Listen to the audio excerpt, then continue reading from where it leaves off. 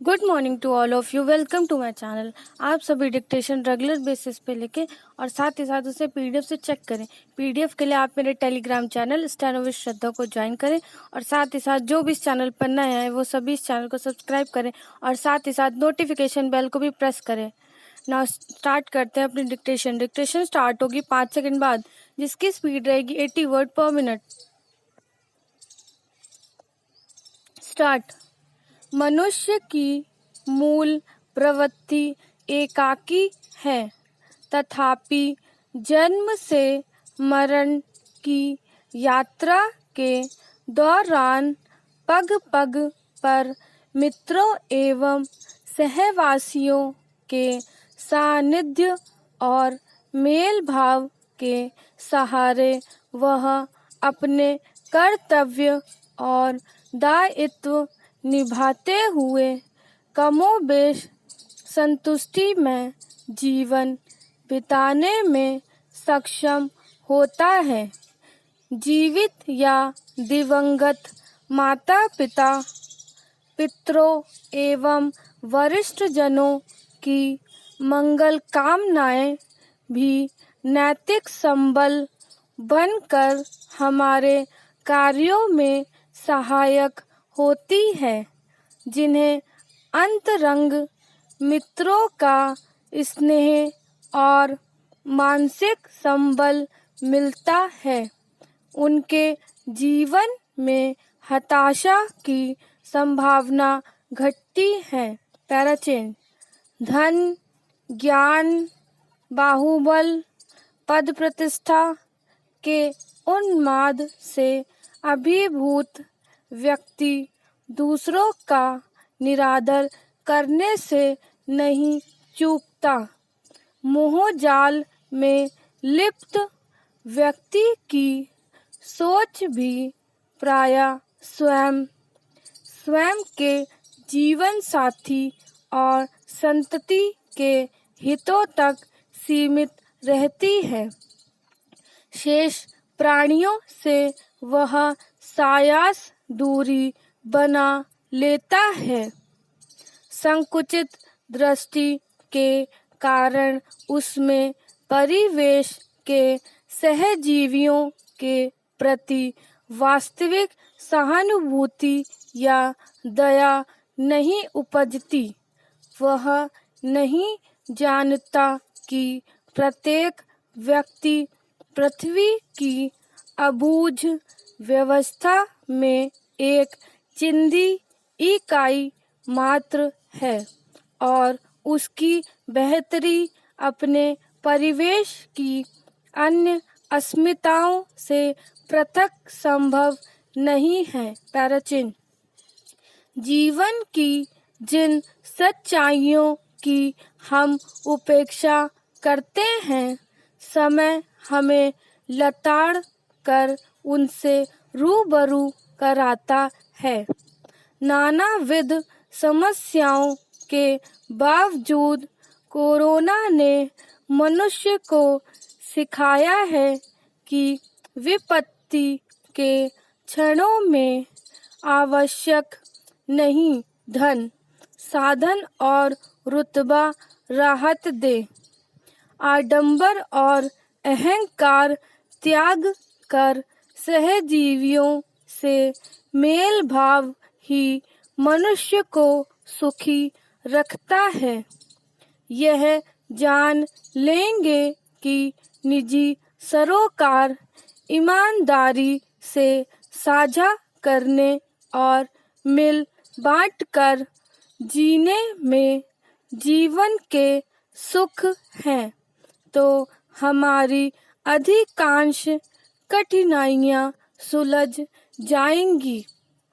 साथियों, मित्रों का स्नेह भाव और खुला समर्थन तभी सुलभ होगा जब हम उन्हें अपना मानेंगे, उनके लक्ष्यों सरोकारों में सहभागी बनेंगे, उनकी पीड़ाओं, व्यथाओं और खुशियों को अपना समझेंगे।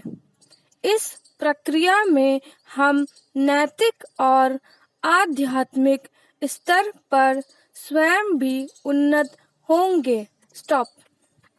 नेक्स्ट स्टार्ट होगी 5 सेकंड बाद, जिसकी स्पीड रहेगी 90 वर्ड पर मिनट। स्टार्ट।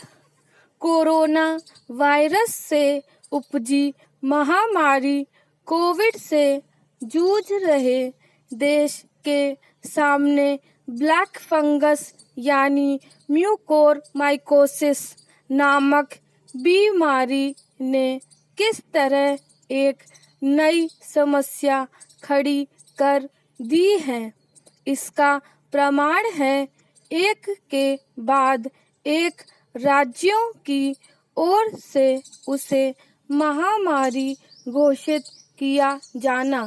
ब्लैक फंगस को केवल महामारी घोषित करना ही पर्याप्त नहीं, क्योंकि आवश्यकता ऐसे उपाय करने की भी है कि कैसे लोग इस बीमारी की चपेट में आने से बचे रहें, और यदि दुर्भाग्य से आ भी जाएं तो उनका समय रहते सही उपचार हो सके। इसकी अनदेखी नहीं की जा सकती कि अभी तक करीब 125 कोरोना मरीज ब्लैक फंगस की चपेट में आकर जान गंवा चुके हैं और कई की आंखों की रोशनी चली गई है। इनमें से कई ऐसे भी हैं जो कोरोना संक्रमण से उबर चुके थे। यह ठीक है कि ब्लैक फंगस को महामारी घोषित किए जाने से एक तो सभी मरीजों का विवरण भारत सरकार के पास उपलब्ध रहेगा और दूसरे भारतीय आयुर्विज्ञान अनुसंधान परिषद यानी ICMR के दिशा निर्देशों के हिसाब से इलाज हो सकेगा। लेकिन इसी के साथ यह भी देखा जाना चाहिए कि किन कारणों से महामारी का रूप धारण कर चुकी यह बीमारी सिर उठा रही है। इन कारणों से न केवल आम लोगों को अवगत कराया जाना चाहिए, बल्कि चिकित्सक समुदाय को भी जागरूकता बढ़ाने की जरूरत इसलिए अधिक है क्योंकि कोरोना गांवों तक फैल गया है। पैराचेन। निसंदेह इसके कारणों की तह तक भी जाना होगा कि ब्लैक फंगस ने भारत में ही इतना कहर क्यों मचाया है। हालांकि यह बीमारी ऐसे कोरोना मरीजों को अपनी चपेट में लेती है जो मधुमेह रोगी होते हैं और भारत में सबसे अधिक मधुमेह रोगी हैं।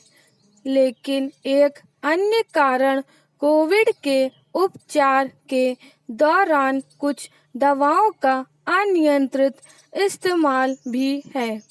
कम से कम अब तो यह सुनिश्चित किया जाए कि चिकित्सक इससे भली तरह अवगत हो जाएं कि कोविड उपचार के दौरान किन दवाओं के इस्तेमाल में बहुत सावधानी बरतनी है। कोरोना मरीजों की जान तो बचानी ही है, लेकिन इस कोशिश में उपचार के दौरान या फिर उसके बाद ऐसी कोई गफलत न होने पाए कि मरीज ब्लैक फंगस की चपेट में आ जाए। यह अच्छा है कि ब्लैक फंगस के उपचार में कारगर दवा की तंगी को देखते हुए कुछ और कंपनियों को उसका उत्पादन करने की मंजूरी दे दी गई है, लेकिन इसी के साथ यह भी सुनिश्चित किया जाना चाहिए कि देश के विभिन्न हिस्सों में यह दवा यथाशीघ्र उपलब्ध भी हो।